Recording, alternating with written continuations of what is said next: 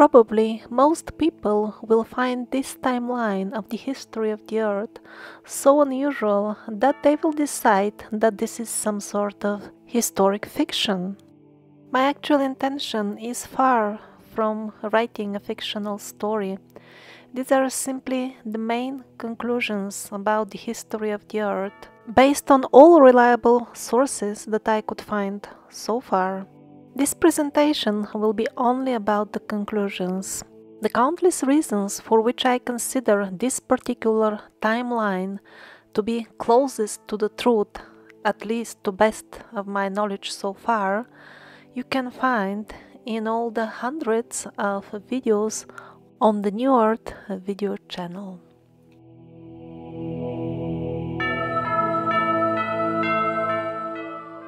Although the Earth is extremely old and countless civilizations, groups of souls have come here to participate in this theater, our idea of what history is applicable to only relatively recent civilizations, because before that, this theater play that we call life was in other dimensions and other timelines, which we cannot comprehend. For example, before the human civilizations, there were wise races of dragons inhabiting the Earth.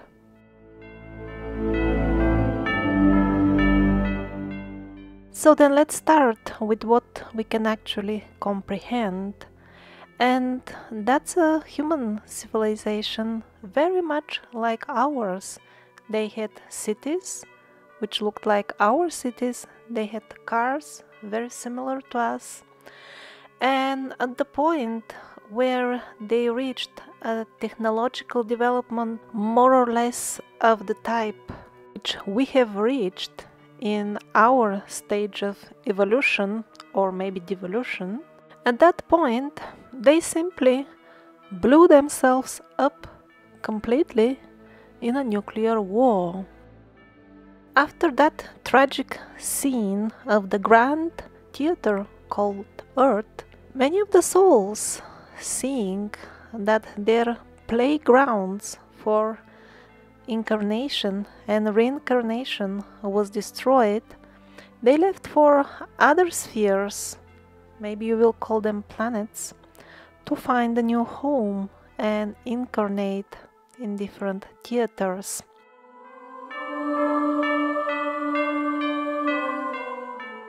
But a fraction of that old group of souls remained, and later on, when the Earth recovered from the nuclear disaster and was populated by the engineers again with primitive species of man, then the experienced souls formed their own smaller civilization, which resided underground, while on the surface cavemen and giants roamed the Earth. We call this civilization Lemuria, or Mu. They call themselves Lumanians. Mostly they were centered underground on this continent of Mu, which, in a very rough area, was more or less the Indian Ocean, also the continents of Australia, Africa, Asia, and so on. But all this is just to give you a general idea, because at that time the outlines of the continents were quite different. Most of the Lumanians would be geniuses according to our standards, and they had very highly developed telepathic abilities. They used sound technologies with which they could easily make the underground tunnels and dwellings in which they lived. They were magicians of technology in every respect. The Lumanian experiment for a human civilization came to an end very soon, because the Lumanians modified themselves, modified their very race in such a way to avoid violence and aggression which destroyed the mother civilization from which they sprouted. They modified themselves into a race which was so fearful and feeble that it was no longer suitable for the earth, which is a place of strongly contrasting dualities, place where souls come for a fast-track learning experience.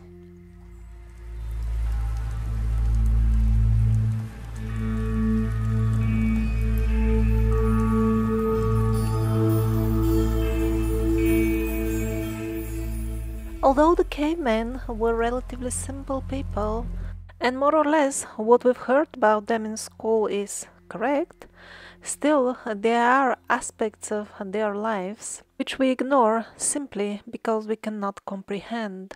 For example, they were capable of clearly perceiving spirits.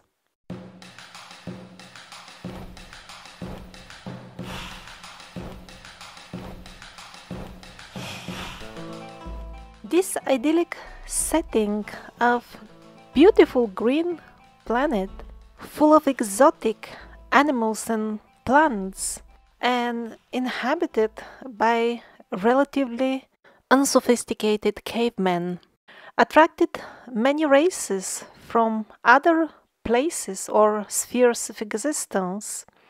In simple language, people call them planets. They came and settled as numerous colonies on Earth. There were no worldwide advanced civilizations after the one which blew itself up in a nuclear war, but there were numerous groups of advanced races which coexisted with the cavemen. The most famous of them is Atlantis. The original Atlanteans who landed on Earth were beings of light and goodness and had unimaginable for us level of technological knowledge in terms of crystals and other things which are far beyond us currently. But since the Earth is a place of duality, eventually they got infiltrated by the forces of evil. And the sick ambitions of those forces went far beyond further than destroying the paradise of the Atlanteans. They also foolishly dared to embark on corrupting the subtle guardian angel, so to say, spheres, layers of the earthly existence.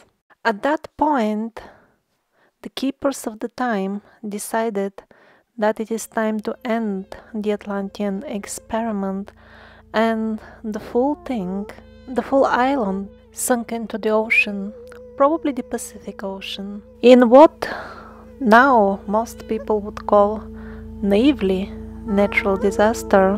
Well, in older times, people called it differently, and they were closer to the truth.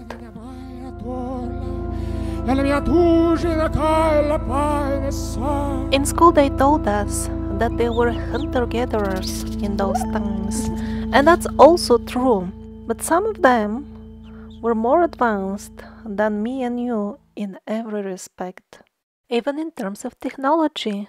How? If they happened to be one of those tribes which was in touch with the various advanced races who were coming and going and making the earth home for some time, they could have easily had access to higher technology than us nowadays. And that is why amongst the artifacts of really primitive ancient settlements, sometimes objects are found which we cannot duplicate nowadays. We don't have tools which could cut so precisely or polish without damaging a given fragile material, and so on. Such findings may appear mysterious as long as we ask the wrong question: how could those primitive people make such things? But if we view it from the right perspective of this overall situation of various advanced races coming and going, then there is no mystery, then everything falls into place. So let's look further into this parallel between the advanced hunter-gatherer and the primitive modern person, me, for example. The hunter-gatherer didn't have a dishwasher, but he didn't even need one, because much tastier and healthier food would be freely available if he only walks out of the door. We tend to assume that all primitive people were less educated than us, but this was not the case. Those few who were in touch with advanced races from other spaces who came with good intentions, they were far better informed in terms of cosmology and history than the modern man.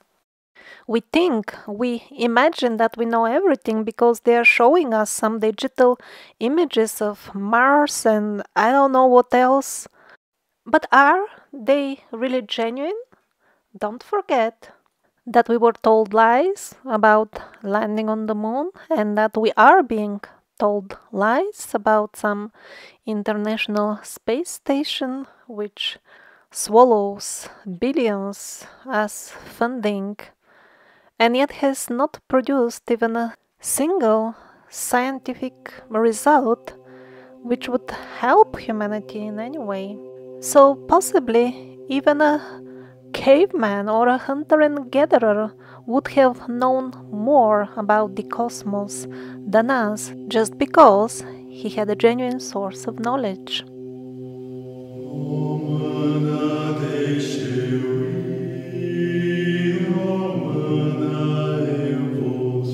The area which now approximately corresponds to the place of the North Pole currently was landmass, beautiful tropical paradise. It was inhabited by a wise race of people. They were noble and honest. We don't really know what was their connection with the island of Atlantis. Were they a fraction of the good people of Atlantis? Were they even connected in any way with the Atlantis, the island in the ocean? Hard to say at this point, but it seems that they existed even after the sinking of Atlantis. And they were kind to the primitive earthly inhabitants. They educated them, and in return, the simple tribal people revered them as gods. Back then, the position of the landmasses on Earth and the poles was radically different. All of a sudden, the beautiful paradise of the North Pole was turned into an uninhabitable, frozen, dead land. Seen from the perspective of the modern timeline, in which most people believe, these events should have happened some 12,000 years ago. But the timing in reality is absolutely wrong. First of all, because these calculations are based on absolutely unreliable dating methods, and second of all, due to cleverly introduced new calendars and due to fraudulent rewriting of history, the historic timestamp, the entire timeline, as we've heard it in school, is so distorted that it barely deserves to be called history anymore. Probably the Hyperborean paradise was destroyed relatively not so long ago because the mammoths, which froze instantly while chewing with the grass in their mouth, they are still quite fresh when they defrost them. They are used as source of food till date by the locals in Siberia. Their blood is sometimes still flowing when their frozen bodies get defrosted. Can it be really by chance that the traditional Nordic history tells us about an evil race of giants who used the technique of instant freezing as a weapon?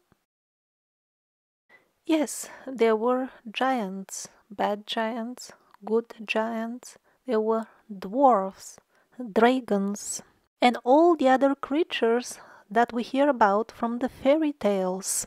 The traditional fairy tales are much more close to the actual ancient history of the earth than the historic fantasies preached in the brainwashing institutions called schools. Numerous bone remains of giants have been found to testify to their existence. And, as far as the races of the dwarves, well, they were openly in contact with people, up to a couple of 100 years ago in Siberia. And their abandoned dwellings are to be found at many places in Europe and Asia. They are obviously too small for us, not only in the sense of fitting inside comfortably, but also in many cases we simply can't get through the door. Official sources suggest that they were made by kids or all kinds of similarly silly stories. And I can accept that even kids in those times could have been smarter than us. But on the other hand, looking at the actual size of the dwellings and the tunnels, the shadow of doubt creeps into my mind. Really, did toddlers engineer a network of tunnels kilometers long? Did they dig it into the solid bedrock? The dinosaurs also coexisted with people, and not millions of years ago, but in the very recent past. We have numerous medieval depictions of dinosaurs and dragons, and they are depicted with vivid and minor details. We can confirm that those details are true by examining their skeletons, but how did the medieval artists know those details if they didn't have more or less direct contact with the animals?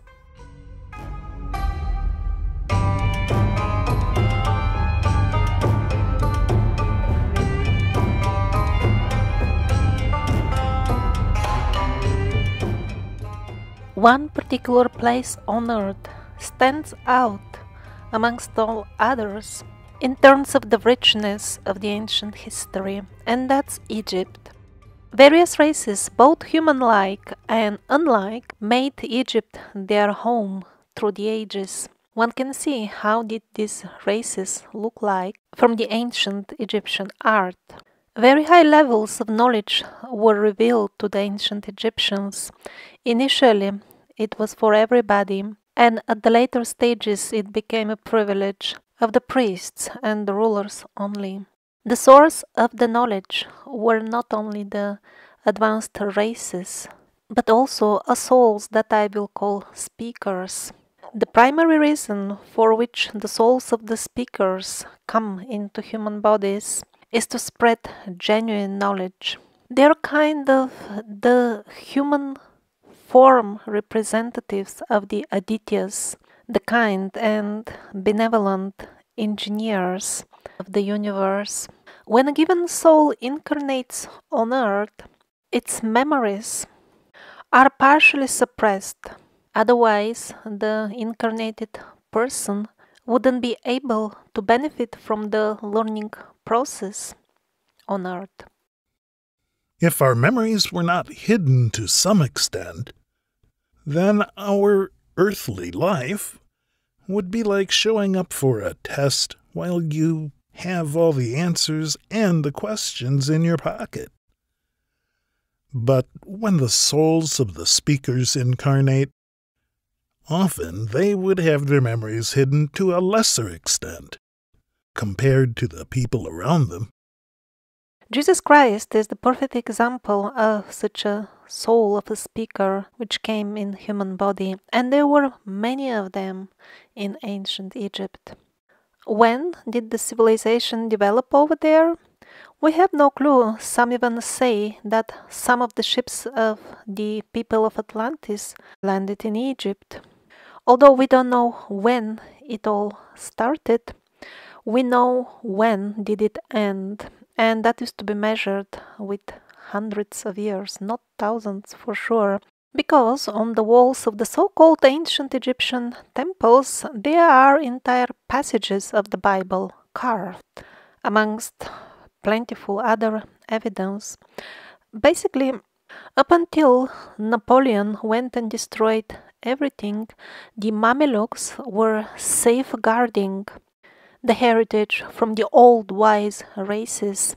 They were remotely connected to the Hyperborean line of earth education, so to say, and the Hyperboreans were also on the light side. And that is why the medieval travelers who visited Egypt described the pyramids as being in top condition and well maintained. So when were the pyramids and the rest of the Egyptian temples which we see nowadays built?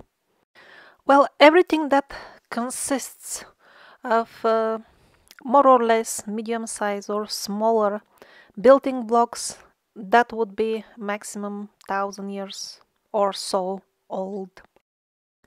Even if it has traces of very advanced technology, even as close as 1,000 or 2,000 years ago, there was high-tech knowledge, probably beyond our imagination even, at least for certain groups in the society in Egypt. Now, what we see on many of the archaeological sites in Egypt is that on the top we have a structure of medium-sized or small stone, relatively, at least in megalithic terms. But then in the bases we have really giant stones and much higher quality of masonry work. Now those, along with places like the Osirian and the Sphinx, could be indeed older. As the earth was getting ready for the dark ages of the arrogant people, places with highly developed civilizations were just obliterated, archived. We don't know how exactly Sahara was formed. The wide range of official hypotheses don't seem to hold much water, and even the type of sand of which Sahara is made raises so many questions to the point that even mainstream researchers doubt its earthly origin. But we know the history of another desert in the vicinity of the Egyptian desert, and the story sounds very similar. Area very pleasant for habitation, with beautiful lush greenery, turns into a desert in a blink. And that's the desert around the Dead Sea. On one side we get details of how Sodom and Gomorrah were destroyed from the Bible, which is confirmed by the balls of almost pure sulfur, which can be put on fire even till date, and they are found in a certain small area on the shores of the Dead Sea. And on the other hand, we have the molten, flowing stone in Petra, which is again part of that deserty area around the Dead Sea. Stone, unlike ice cream, doesn't melt just like that if you leave it under the sun. It's hard for us to imagine what could have melted something the size of Petra, kilometers long. But if we really want to know the origin of the deserts, this needs to be seriously researched.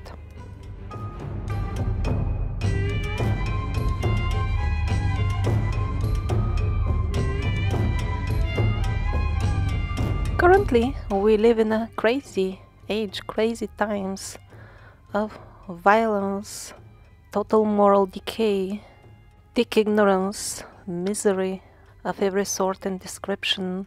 It seems these dark ages started some 1,000 years ago and are about to end towards the end of this century.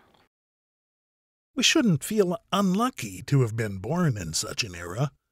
This is just a difficult test, and nothing else. Even very advanced souls who have had incarnations in Atlantis and other centers of advanced society Even they absolutely voluntarily have taken birth among us, considering the difficult conditions are simply greater opportunities for learning. And most likely our Savior Jesus Christ, a prominent figure among the speakers, appeared 1,000 years ago, in the beginning of the Dark Ages. So all these characteristics of the Dark Age that we listed, they all come in the package.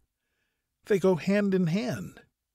To be violent and arrogant, one must be ignorant about the laws of the universe.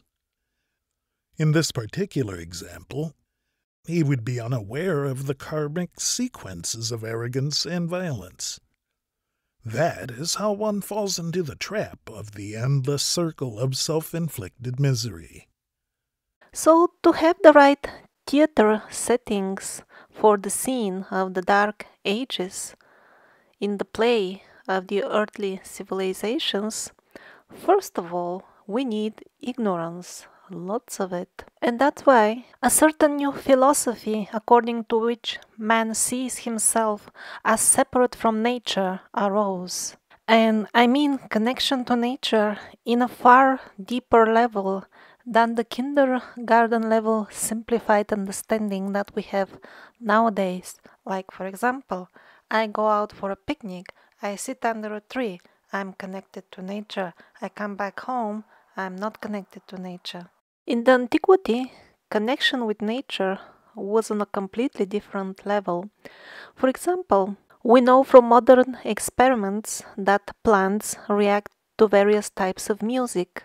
Well, some people in antiquity could even communicate with the plants using that language. Or, another example, modern experiments show that certain crops in the fields, the individual plants also communicate with each other, sending some sort of signals when, for example, predators approach or there is some danger in the vicinity. Well, some people that we would call very primitive were so finely tuned with the environment that they could sense these very subtle signals from the plants. And actually, we're the primitive ones because we know very little about these signals. Actually, plants have a lot more information and they can share it. And some of the people in deep antiquity, they were tuned to the point that they could exchange information with plants and animals. And in some cases, even features of the landscape which we are convinced are completely dead.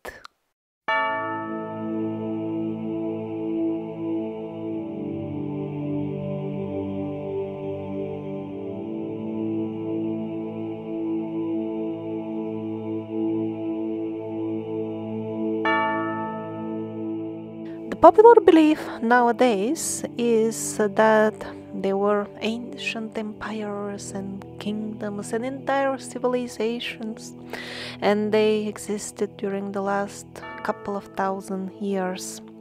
Actually, it seems all that was packed within the last 1,000 years only, as shown by the absolutely brilliant research of Anatoly Fomenko. And not only they are much more recent than we are told they were, but some of them didn't even exist at all.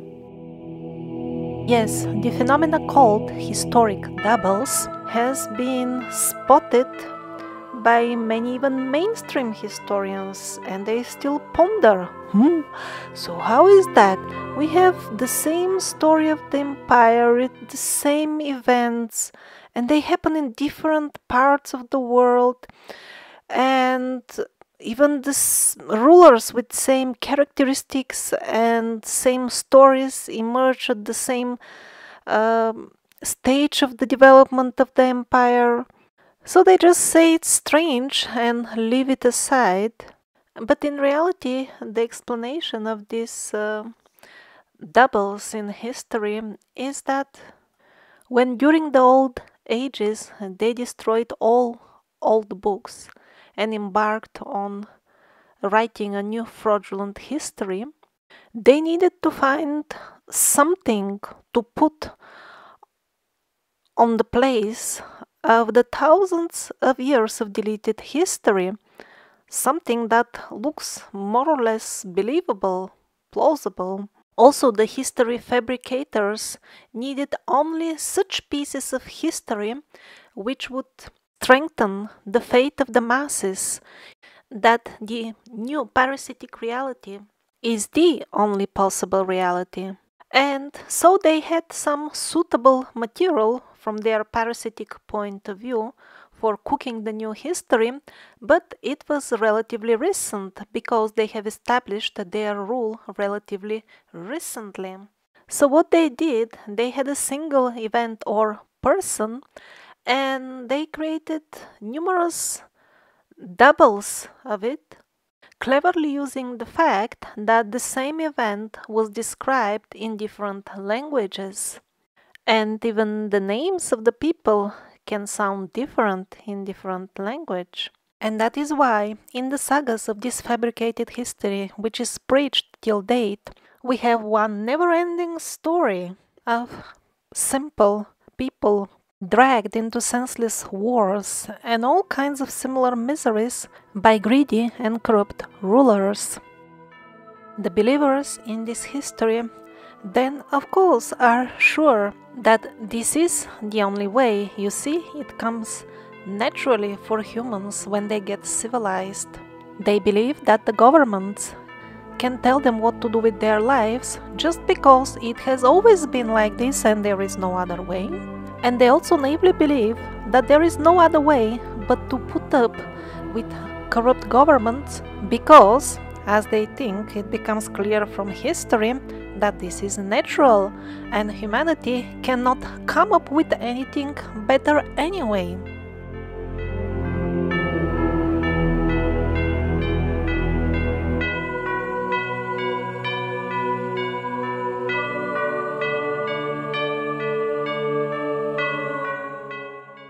During the Middle Ages, the situation with the achievements of technology was non-different than before.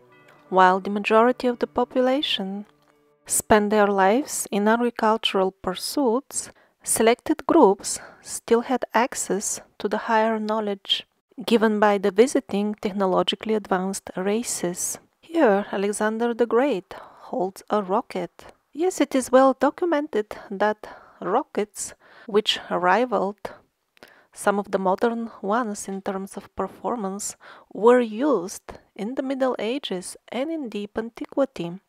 Another example would be some paintings of Leonardo da Vinci. They don't seem to have been made with brush on canvas, because the layer of the paint is just way too thin to have been applied with brush. Or what about Tesla coil electricity in the Middle Ages? The fireworks in this historic depiction do fit in the modern idea that we have of how the Middle Ages were, but the Tesla-style installation and the performance doesn't.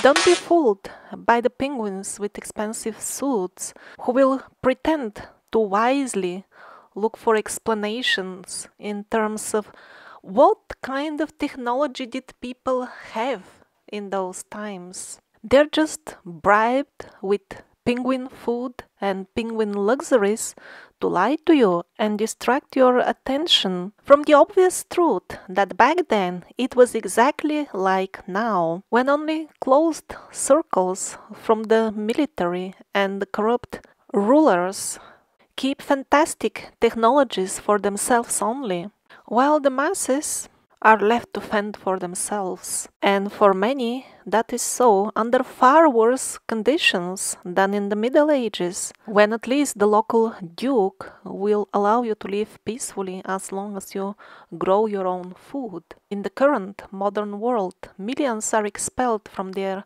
homelands, forced to feed from trash fields, in refugee camps in Africa, in tiny prison cells / apartments in polluted cities, fed with microwaved and canned food. So during the dark age that we live in, the souls on earth are given a chance to face the ugliest thought forms created by themselves in previous incarnations, and now it's surfaced.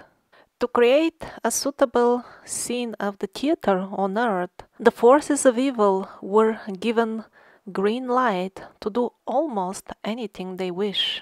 Hell broke loose on earth. The wise, the keepers of the knowledge, were given a choice to either be burned alive or become servants of the dark side. Many millions of the nature people chose, of course, to leave their bodies instead of selling their souls to the devil. In Siberia, they even had a decree. They sentenced to death all elders who were of age of 300 or more. Even as close as a couple of 100 years ago, many people were not yet genetically so modified to die quickly as we do. The human race was downgraded to what we are currently by introducing new races which were retarded in comparison to the kind of people that lived there before. They mixed with the existing people, and we are the result of that mixture, even as close as the Middle Ages. The racial diversity was far greater than now. There were still giants, there were people with elongated skulls. Definitely there were dwarves, sometimes mingling with people. And it is only very, very recently that we have been reduced to a common denominator. The original humans were very robust and disease-resistant, as all creatures in the natural world, of course. The benevolent engineers of the earth did not use China-quality products. So healthy body, clear mind, that was unbearable for the devilish forces. Hooded creatures appeared at the edges of the villages and cities. They sprinkled or sprayed something. After the spraying, the plague would devour the village or the city. This program is still in operation till date. Quite few modern research laboratories published works showing that the viruses of the diseases for modern mass destruction were produced in laboratory conditions and not out there in nature. Various so-called vaccinations actually make people autistic, while at the same time wonderful and really healing natural herbs are sold with the obligatory label that this is not meant to heal anything. But that's the case only with the milder ones, the really powerful cures. They are totally banned by laws about the so-called war on drugs, plants allegedly protected by patents or other frauds.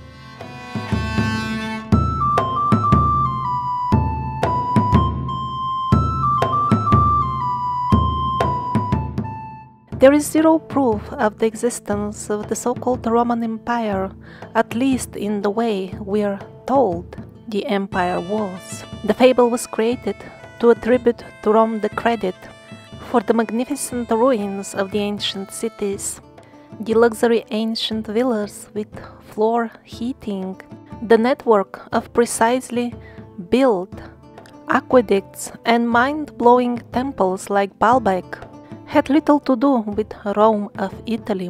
They were built instead by the craftsmen of their respective areas, who in their turn were influenced and educated by the Hyperborean line of teachings or other visiting races, the memory about which has been completely erased.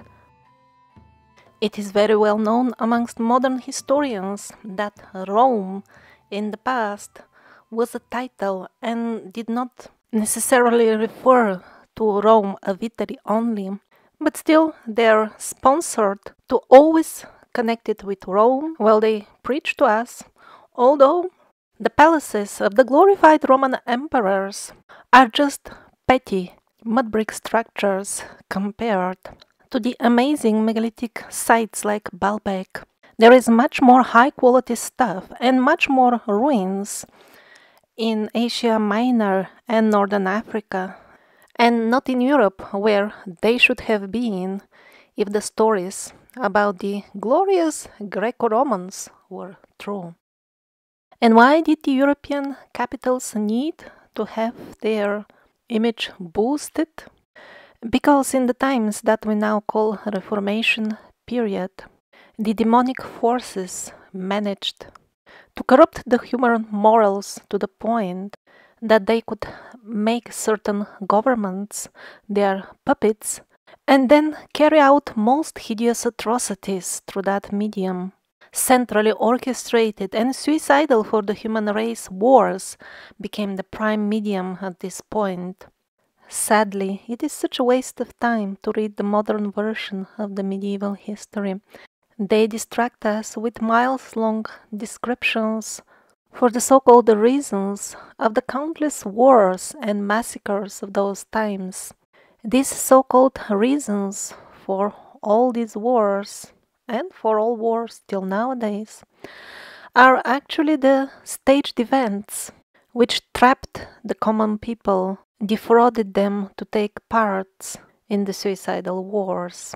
Of course, it's always easier to defraud a person who is out of his mind, and that's why the mass alcoholism was forced by various government programs, which run till date. Now they are taken over by the advertisement industry. And still, there were people who figured out the deceit. They were brutally murdered on the main squares. And at the ghastly scenes of their corpses, people were read governmental decrees, which told the people which is the correct history you must believe in or be the next corpse on the square.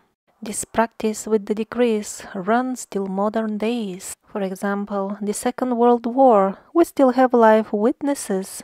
So what if they start talking about how things really were during that war? That is why in the countries where witnesses and other evidence can emerge, there are strict laws which forbid and ban any discussion of the official version of the history of the war. And surprise, surprise, exactly about the events about which discussion is forbidden, evidence emerges that the official history is highly questionable. What a coincidence that it is exactly those events. We live in a magical world full of coincidences, don't we?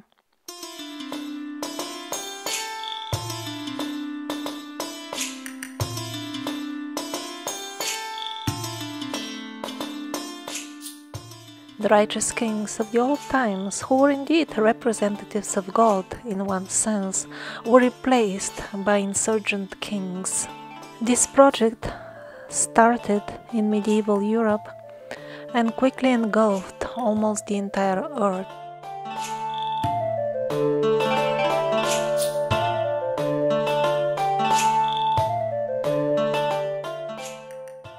Still, that was for the rulers only. The common people remained convinced that high morals and an honorable life were the ways of normal humans. It is hard to say now how much of that educational work was done by the Hyperborean line, how much by the other races, and how much of by individual speakers who would descend to enlighten on a more local and limited scale. We can't say that because all of the old books were destroyed or hidden during the Middle Ages. They were substituted with forged copies, where the meaning itself was twisted beyond recognition. These are the copies which the modern historians, the penguins, wave in our faces and tell us that these are the authentic, genuine books. So the situation with the high level of the morals of the people was unbearable for the bloodthirsty forces of darkness. Quickly, they organized armies and embarked on a worldwide slaughter, which in the modern history books is cunningly depicted as a chain. It is as if unrelated local events, the result of local skirmishes, and the hideous genocide of the local tribes of both Americas actually had nothing to do with colonialism, even if the actual soldiers who carried out the atrocities on the field believed that it is colonialism. If we, the generations who come afterwards, want to get out of the vicious, endless circle of suicidal wars, we will have to recognize the truth behind the reasons of all centrally orchestrated wars. Other genocides are barely mentioned in the commonly known history, like that of Europe, wrongly associated with some religious reformation. It had nothing to do with that. South Africa, India, Siberia. How many people are even aware of them? What to speak of their extent or reason? In Northern and Central Asia, the nature people of the old times managed to escape the onslaughts of the dark forces for a very short time, and they even gathered an army which went all the way to Europe and reclaimed the lands which were under parasitic rule at that time. And we hear about this in the modern history. It is called the invasion of Genghis Khan. Was it really an invasion or just a reclaim? We don't know, but certainly the Genghis Khan forces had little to do with Mongolia. Yes, Mongolia was part of the kingdom of the Great Khan, as they called it in that time, but it was a very small part of it. Again, the modern information is based on twisting the meaning of archaic words and mixing them with modern meanings. Europe was conquered by the Mongols, which is different from the nowadays Mongolians, very peaceful people who could have never gathered an army that could reach Europe, what to speak of conquering it. But yes, Mongolia derived its name from the Mongols. The words definitely have the same root, and there were Mongols all over Asia, all the way from India to Siberia. But speaking about the army of Genghis Khan, which took over Europe, in the contemporary texts, that was described as consisting of blonde Mongols. Those people had their empire. It was called Tartaria in West European sources. We don't know how did the people themselves call themselves, because the cleanup of local history was meticulously executed in Siberia. But the Genghis Khan victory was short-lived. Soon, the rule of the Great Khan of Asia was no longer recognized in Europe. His forces were drawn back. Tartaria was split into numerous smaller pieces, which subsequently were brought down gradually one by one. We are told that Napoleon went all the way to Russia and fought with Russia. That's what we are told now.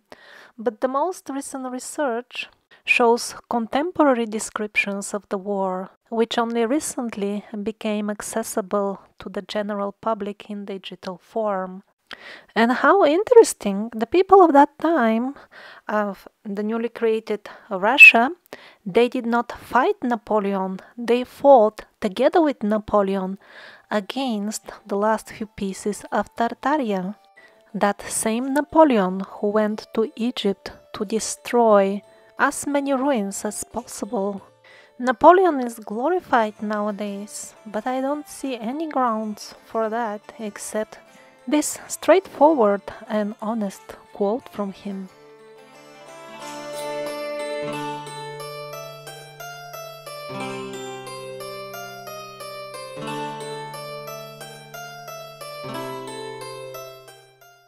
In the older times, people had rites and celebrations devoted to nature, to the pulse of the earth, which they still felt. In modern times, they were replaced by national holidays, commemorating how the dark forces tricked us into certain bloody battle or war. Commemorating such events means giving our energy to them, making them to some extent an object of our meditation, creating further thought forms which sooner or later in this life or the next will fructify in the form of real events. Then we'll call it bad luck which is upon us. Just like herds, they gather us at squares and town halls. Then we are force-fed Machiavellian lies to make us feed and nurture the thought forms of violence and the conviction, the deep-rooted conviction that the life as an obedient sheep is the only option. The puppet sheep, which stands on the elevated place, will not hesitate even to summon us to nurture the violent thought forms in the name of our forefathers who died and suffered heroically for our future. Yeah, what kind of future do they mean? Imagine your grandfather really participated in a war. Probably he was drafted against his own will. Would he be really happy watching his grandson from heaven, hopefully, repeat his own mistakes and perpetuate the dark future by endorsing further wars?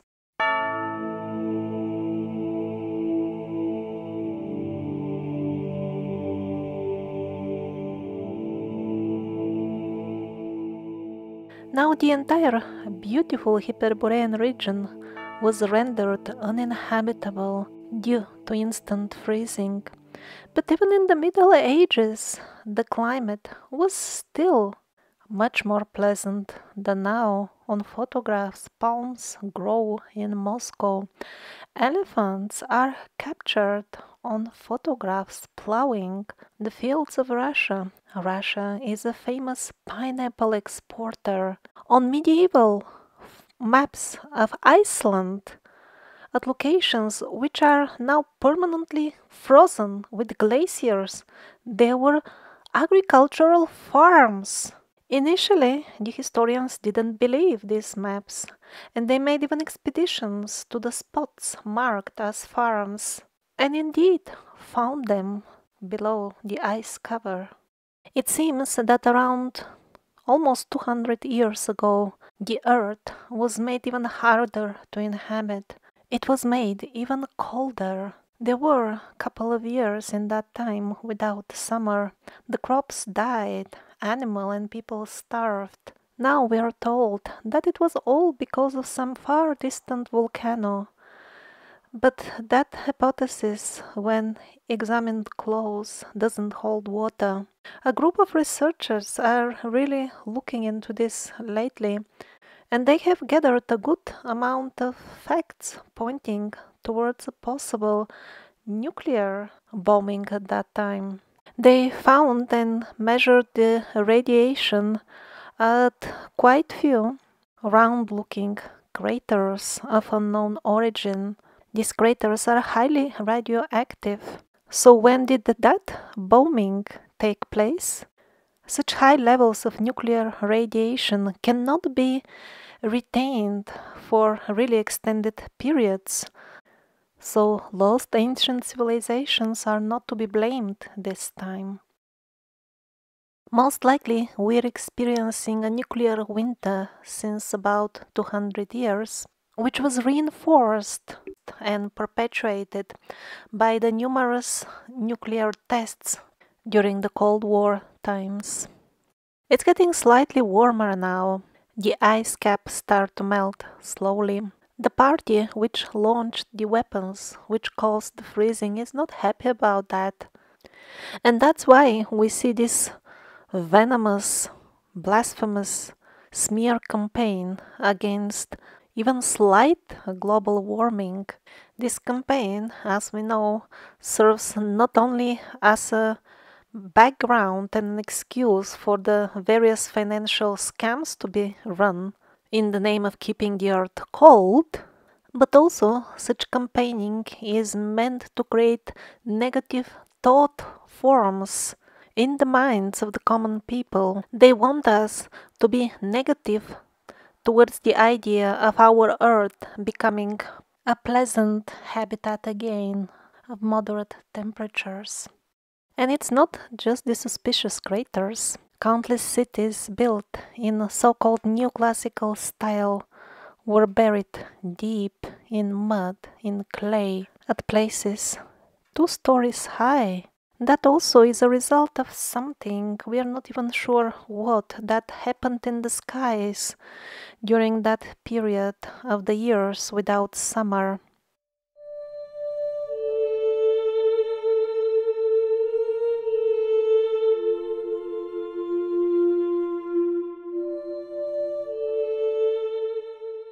So 2 points in the very recent history of the earth seem to stand out. One is 1000 years ago, the beginning of the dark age of violence, and then a crucial moment of about 200 years ago also repeatedly comes up in absolutely unrelated sources. So before that time we had other races of bigger people who also lived longer. Apparently this war/disaster really changed the face of the earth. That time is also mentioned by Set as important because more or less it coincides with the so-called Industrial Revolution, when man completely divorced himself from nature and hastily started implementing newer and newer technologies which corner him into becoming a remotely controlled robot of the new province of hell called Earth. There is a very strict monitoring system which suppresses any technology which could make the life of the masses independent and self-sufficient. The first commercial model of a solar car was ready 100 years ago. It could run for 3 hours at the speed of 20 miles per hour. There are countless of functional modern models, and yet the industry is suppressed to such an extent that even a single one did not get commercially distributed. Not to mention the free electricity of Tesla and the star batteries, yet another option for almost free electricity. In the older times, the nature people would fashion their dwellings inside the rock. Thus, the dwellings were well insulated and protected, and also they were extremely durable.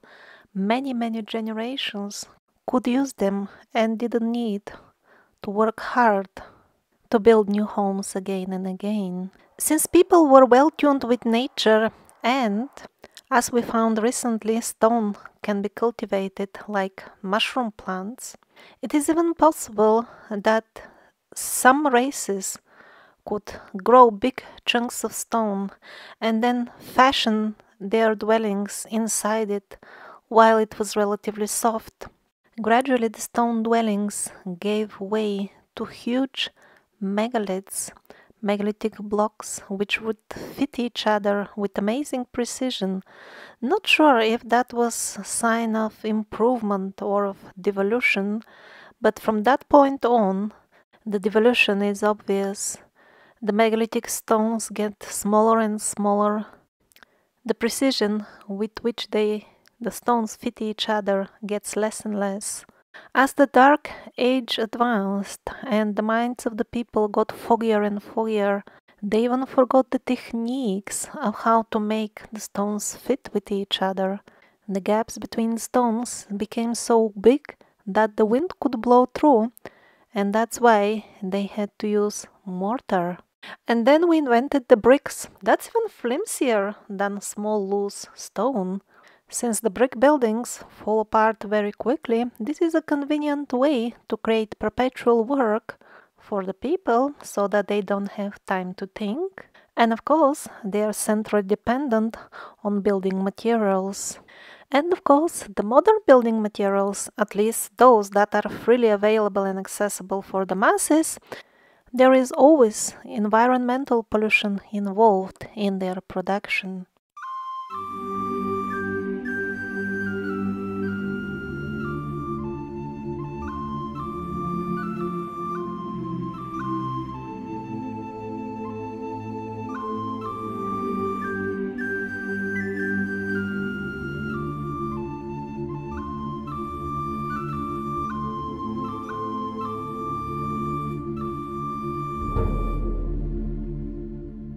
Life on Earth currently is very polarized, so to say. Some live in luxury, others spend their days in starvation, depending on the thought forms that they have nurtured in previous incarnations. Although the Dark Age is against everything godly, it is not against God, because God was engineer of the evil as well. And while all souls on earth enjoy or suffer while they learn their earthly lessons, some of the more sensitive amongst them start to feel the wind of change. The souls of the speakers continued to incarnate onto the earthly plane even in the Dark Age, and the latest messages that we get from them indicate that the Dark Age will be coming to an end soon. The thick blanket of ignorance will be lifting in decades, not within hundreds of years.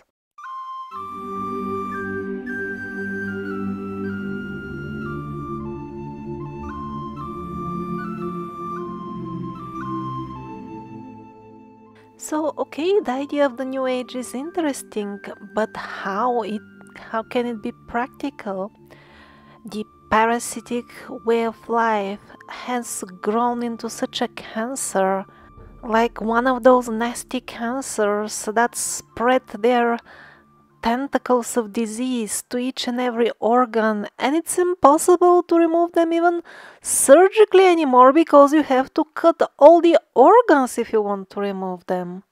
It may look hopeless, but let's not forget what Edgar Cayce told us. Unless there is interference from what may be called by many the supernatural forces and influences that are active in the affairs of nations and peoples, the whole world, as it were, will be set on fire by the militaristic groups and those that are for power and expansion in such associations. And the message of some other prophets who have proven themselves appear to be the same.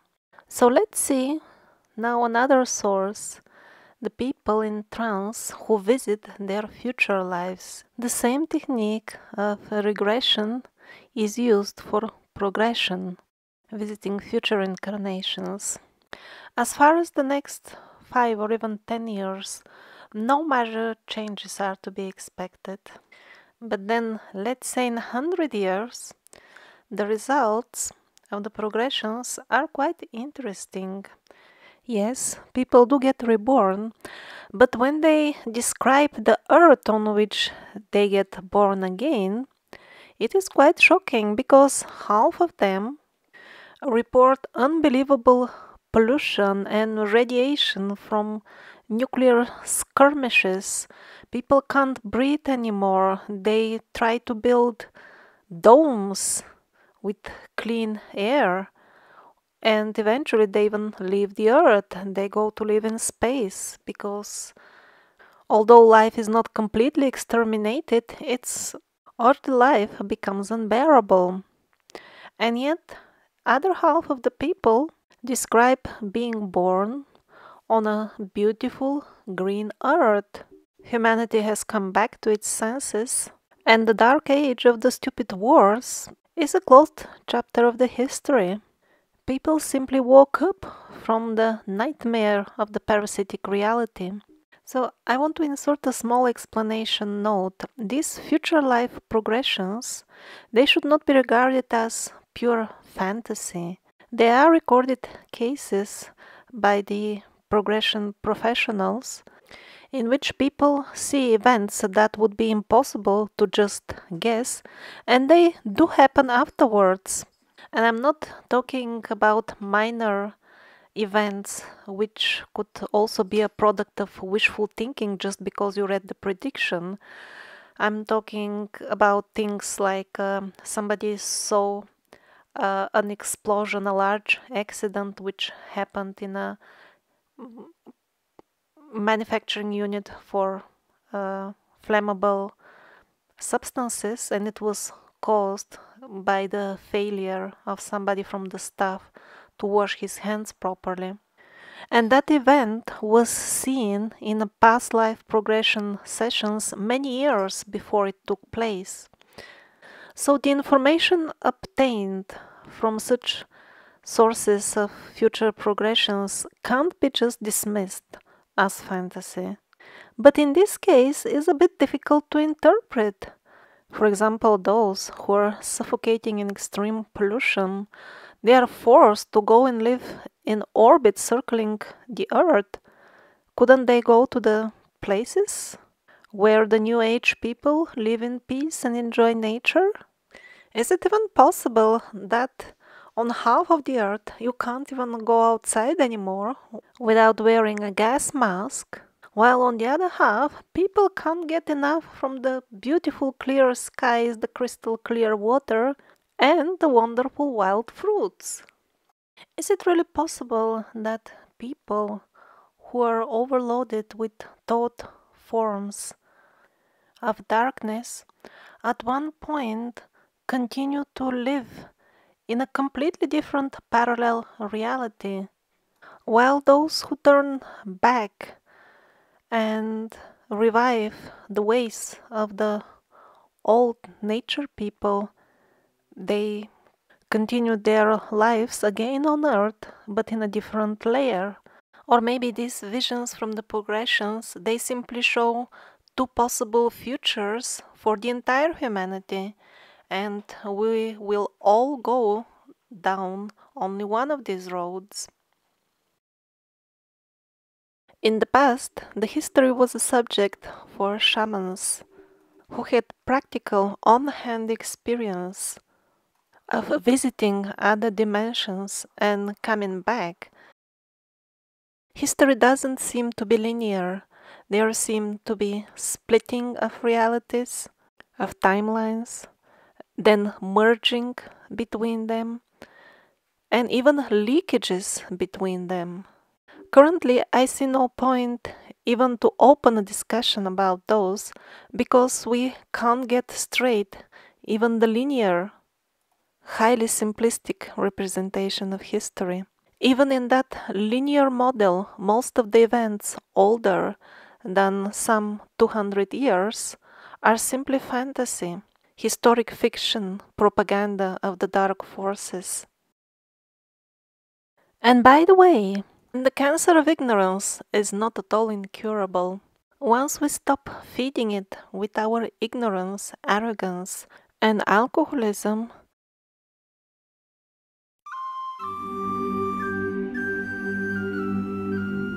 it will depart by itself, voluntarily.